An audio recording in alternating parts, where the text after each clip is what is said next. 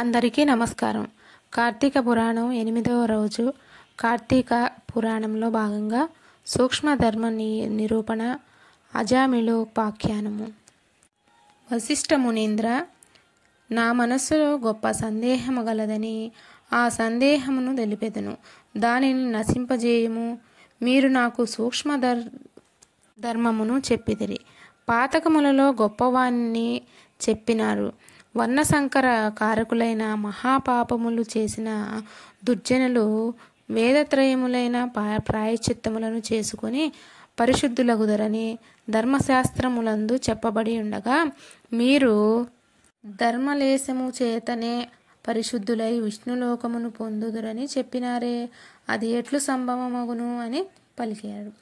ఓ మునీశ్వర, అనంత పాతకములు చేసిన ఈ పాపములు గొప్పవానివనియు వీటికి ప్రాయశ్చిత్తములు చేయించుకొనవలనియు తెలిసియు అట్లు చేయక దైవవశము చేత సంభవించి కార్తీక దీపదానాది పుణ్యముల వలన వైకుంఠమునకు పోవుట ఎట్లు సంభవించును అని అడిగాను.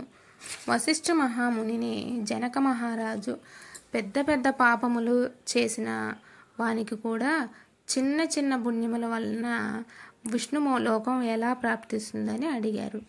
అలా అడిగినప్పుడు వశిష్ఠ మహాముని జనక మహారాజుతో దానికి అనుబంధమైన ఒక కథను వివరించారు. ఆ కథను చూద్దాం. ధర్మము అధికమో స్వల్పమో కాలమును బట్టి విచారించి నిశ్చయించవలెను.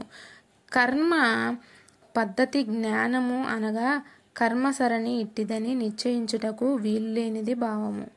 అట్లు దేశకాల విచారణ చేసి ధర్మము వలన సుఖమును పొందుదురు. కాబట్టి జ్ఞానము చేత గాని అజ్ఞానము చేత గాని దేశకాల పాత్ర విచారణలో చేసి శర్మము అక్షయ ఫలము ఇచ్చును. ఇందుకు సందేహము లేదు. పర్వతము ఎత్తున కట్టెలు పేర్చి అందులో గింజంత అగ్ని ఉంచిన ఎడల ఆ కట్టెలన్నయూ బూడిదగును. గృహములోని చీకటిని చిన్న దీపము వెలిగించి నశించును. చిక్కగా ఉన్న బురద నీటిలో ఎంతకాలము స్నానము చేసినా చివరికి నిర్మలమగును. ఆ ఊట కష్టము. కాబట్టి ఏదో ఒక రోజు మంచినీటితో స్నానం ఆచరించిన ఎడల ఆ మురికి పోవును. అట్లే అల్పపుణ్యము చేత అధిక పాపములు నశించగలవు. అజ్ఞానము చేత గాని జ్ఞానము చేత గాని చేసిన పాపములు అధికములు గాని స్వల్పములు గాని హరినామ సంకీర్తనము వలన నశించును. మహిమ తెలియక చేసి చేయబడినదైన హరి సంకీర్తనము చేత పాపములన్నీయు వెదురు పొదలను అగ్నివలే దహించును. పై చెప్పిన విషయమై ఒక కథను చెప్పెదను వినుము. పూర్వకాలమందు కన్యాకుబ్జమను క్షేత్రమందు వేదాంగ పారంగతుడైన సత్వనిష్ఠుడను ఒక బ్రాహ్మణుడు గలడు. ఆ బ్రాహ్మణునకు పతివ్రత ధర్మాత్మురాలగు భార్య గలదు. వారిరువురనుకు చివరి కాలమున అజామిళుడను ఒక కుమారుడు పుట్టెను. అజామిళుడు దురాచారుడును, దాసీ భక్తుడును, హింసకుడును, నిత్యము దాసీ సాంగత్యమందు ఆసక్తి గలవాడై ఉండెను. అట్టివాడు స్వల్ప పుణ్యము చేత అనగా తెలియక చేసిన హరినామ సంకీర్తనము వలన తరించెను. ఆ అజామిళుడు ప్రవర్తించిన ప్రకారము ఎట్లయినా అజామిళునకు యవ్వనమున రాగానే ఒక దుష్ట బ్రాహ్మణుని ఇంటిలో ఒక దాసి ఉన్నది.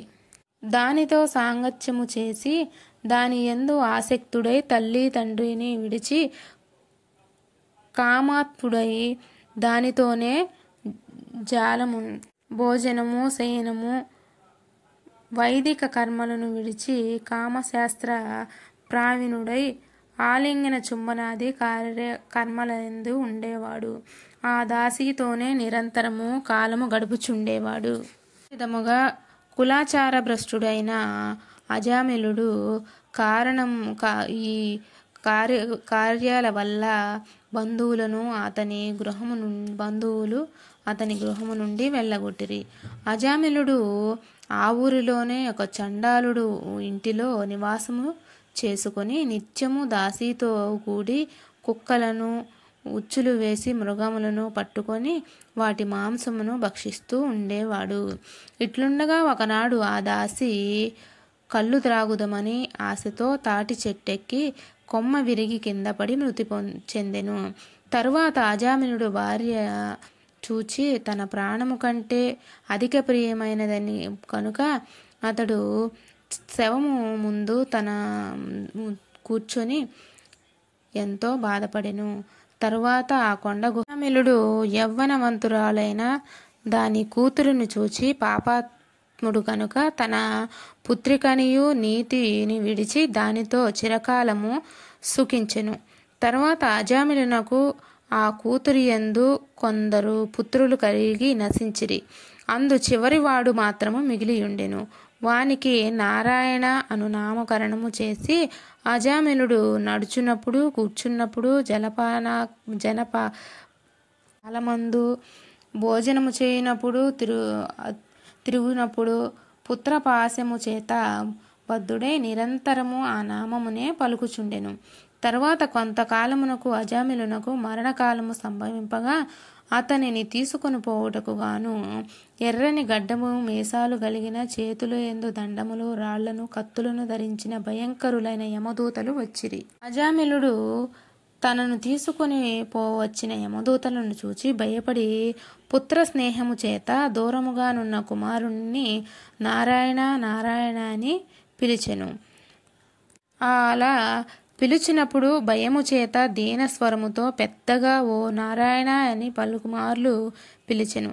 రాజా దైన్యముతో కూడి నారాయణ నామకీర్తనను మరణకాలమందు అజామిలుడు చేయగా విని యమదూతలు ఆలోచించి దగ్గరకు రావటానికి కూడా భయపడిరి.